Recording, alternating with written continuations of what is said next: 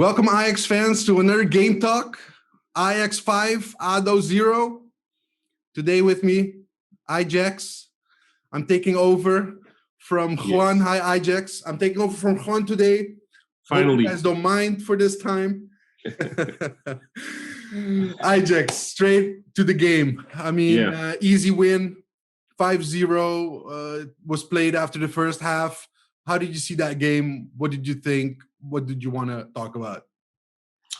3 points in the back. It's like cruise control these days, man. It's like cruise control. PSV dropping points. Feyenoord dropping points. Not that they are a contender, but still, it's always nice. And we're 3 points further ahead, you know. So even that's Vitesse also dropped points, by the way. So yeah. So we're 11 points ahead now. And if we win our a game that we didn't play yet, then we're 14 points ahead. So I think with only after the match that we have to play still against Utrecht, we only have 7 matches left. So yeah, we only have to win. I read somewhere we only have to win 5 more games to if the other competition don't lose more points, we will be champions. So that's going to be in April already, right? It's a walk in the park. Yeah, and I don't see so many hard games coming up either. So no, I think Ajax has this in the bag, man. Yeah, we have to be careful not to be like Dries Mertens in the past. Like, this is the kampioenswedstrijd. He was telling that, you know, like back in the days at PSV, and they went on a losing streak and they failed to win the championship. That shit is funny. If people do not know this, check it out on YouTube. They have some nice videos on it. But still, yeah, we have to be stern in this. You know, we're 14 points ahead basically if we win the match that we are behind. I cannot see this team losing that. No, me neither. We look so strong. Our bench looks strong.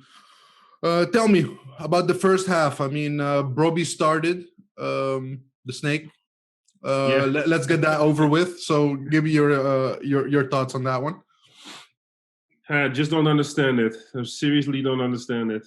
Just let Traoré play, you know. Somebody who's loyal, somebody who's waiting for his chance again, while he already showed some quality in the first half of the season.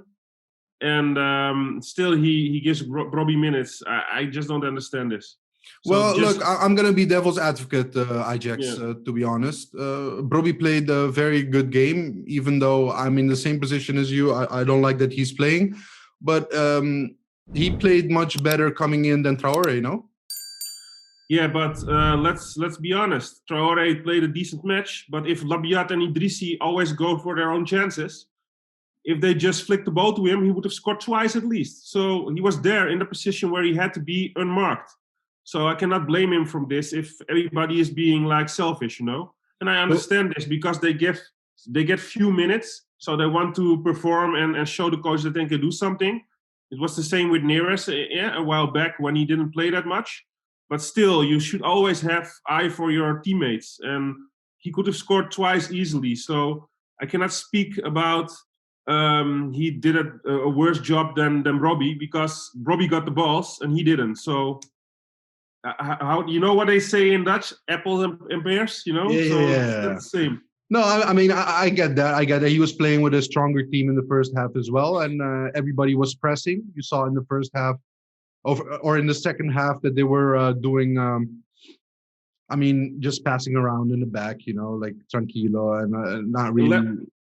Let's be honest, you know, everybody would have made that goal that he scored because Rensch just gave him a terrific assist. So let's just skip the Brobbey part. I'm done with that shit. Okay, let's backtrack. I want to continue talking about players who want to be loyal to Ajax and let the snake be the snake, you know? Exactly, and I don't want to get too negative, so let's backtrack to the first half. Yeah. Divine Rensch with amazing performance in the first half, being involved in 2 goals, I think, in the first half. Yeah. I think so too. And no, I think 1 goal and 2 assists. So yeah, he had 2 assists and a terrific goal. So, and also the first goal, it's always important. Usually, a lot of times, Klaassen scores this goal, but he didn't start too well. But still, he scored again once. So also that was a good finish. But Rensch, he did terrific today. You know, it was It was a great match, and I really enjoyed it. It looked like we almost played like 5-3-2 in the first half. With a very deep Rensch and a very deep Tagliafico, and it looks like one of the pivots in front of the defense just fell back into the central defender position. That they played with almost 3 central defenders. This is why Rensch was only attacking the whole time, and I really liked it because against these opponents, let's be honest. Yeah, ADO didn't stand a chance. Did they actually shoot at the goal? Yeah, in the second half, I think they had one shot. Yeah, so this is the third match in a row, except for maybe the Young Boys match last Thursday, that we almost did not concede any chances. So I think if we played with 2 in the back, it would still have been enough. Yeah, next to that, Rensch played amazing. We looked solid in the back, right? A lot of positional changes. Sometimes Martinez, Alvarez on the midfield, and then with Gravenberg, Blind in the back doing the build-up play. Or you saw Martinez with Blind, 2 lefties in the back, and then Alvarez on the midfield with Gravenberg. So those positional plays that they rotate in, it's dangerous, man. So let me ask you a question for once. Go for it. We talk about Snake a lot, and he got some minutes again today. But why didn't he play Kudus? He could have easily. Okay, maybe he thinks Snake is better than Traoré, But still, why play Brobby? I can understand that he sees more value and potential in him maybe than Traoré. But why not play with like Tadic up front? So that there's maybe a midfielder position that Kudus can fill. I don't know, Why not give him a chance? Look, Eyejax, I'm going to be completely honest with you. I don't like the situation, but I have to respect Den Haag that he's taking another stand on this, and that he's playing him. And to be honest, he's in a better form than Traoré at the moment.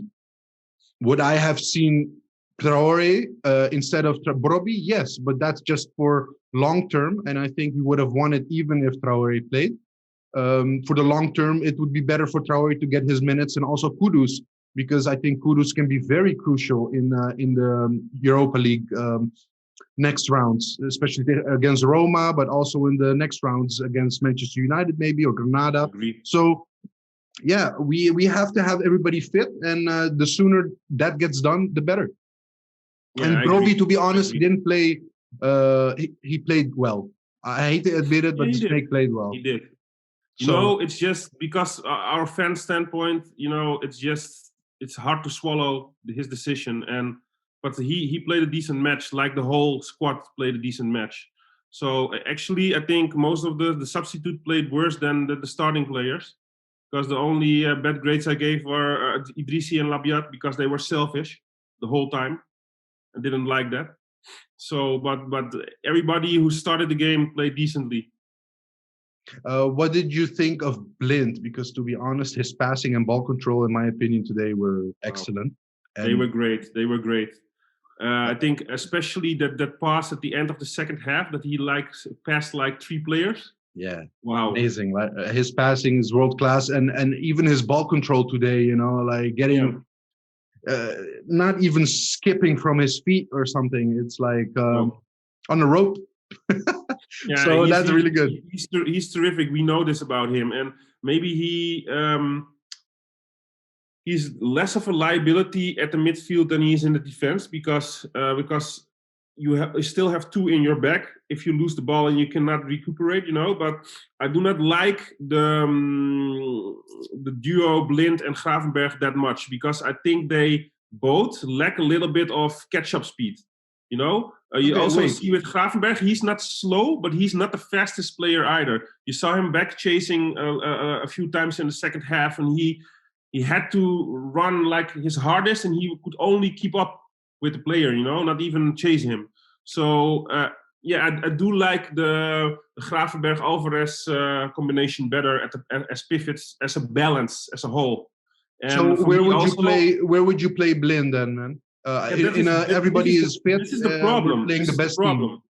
This is the problem. We also saw the team playing terrific without Blind. So we have a luxury problem, We have like 12, 13 players that can play. and are like terrific first team players, like Martinez had in the first half of the season, always starting on the bench. But you see what a terrific player he is, and what we have been saying all the time. But I do not know where I want to play Blind. Every time he plays, he has a terrific contribution in his passing. But for me, if you ask me what is the most stable combination, I like Gravenberch and Martinez as two pivots because Gravenberch and Alvarez as two pivots because they gel in together perfectly. And also in the back, I just like Timber and Martinez next to each other. I think they are a perfect duo. So Timber is sick now with Corona, by the way, and Haller as well. So yeah. Are you going to pass Nico on the left side? You won't pass him, So it's difficult because Blind also deserves a starting place. So in this case, I'm happy I'm not Erik ten Hag because these choices are hard, man. Well, actually, he made it very easy for himself. The best player plays, right? Best player in form plays. But I do think for Ten Hag, like Klaassen, Tadic, Blind, those are players that always play. I mean, Klaassen didn't have a great game, but he still played like 60, 65 minutes. Yeah. So and he scored again. This is a quality again. Also. Yeah. He's like not playing that well and still scores his goals. So yeah, you cannot be mad about that, because this is a quality also. And another fact that Blind extended his contract with Ajax for another year. Actually, so quite that's happy with this. I seriously hope that he's considering like joining Ajax staff or something, when he's done with his career, because he's a very smart player. So I think the Blind family in Ajax is like this, So exactly. Yeah. So Ajax, I just want to come back to Ajax becoming champions. 5 more games. Yeah. Do you think we have a chance for? I mean, the cup, we're gonna get it, right?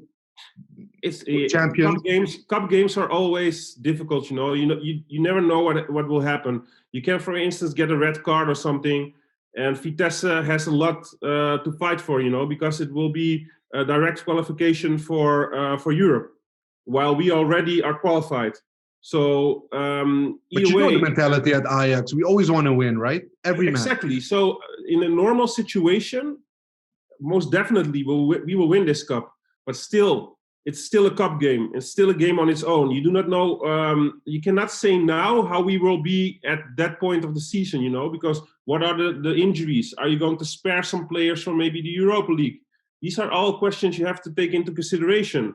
And I cannot say by default we will win that one easily. It will still be a game on its own, and there will be a lot at stake, for Vitesse. So another mentality than just a league game. But in a normal situation, we should win this game. Guys, I can feel it, man. I can. You want to subscribe.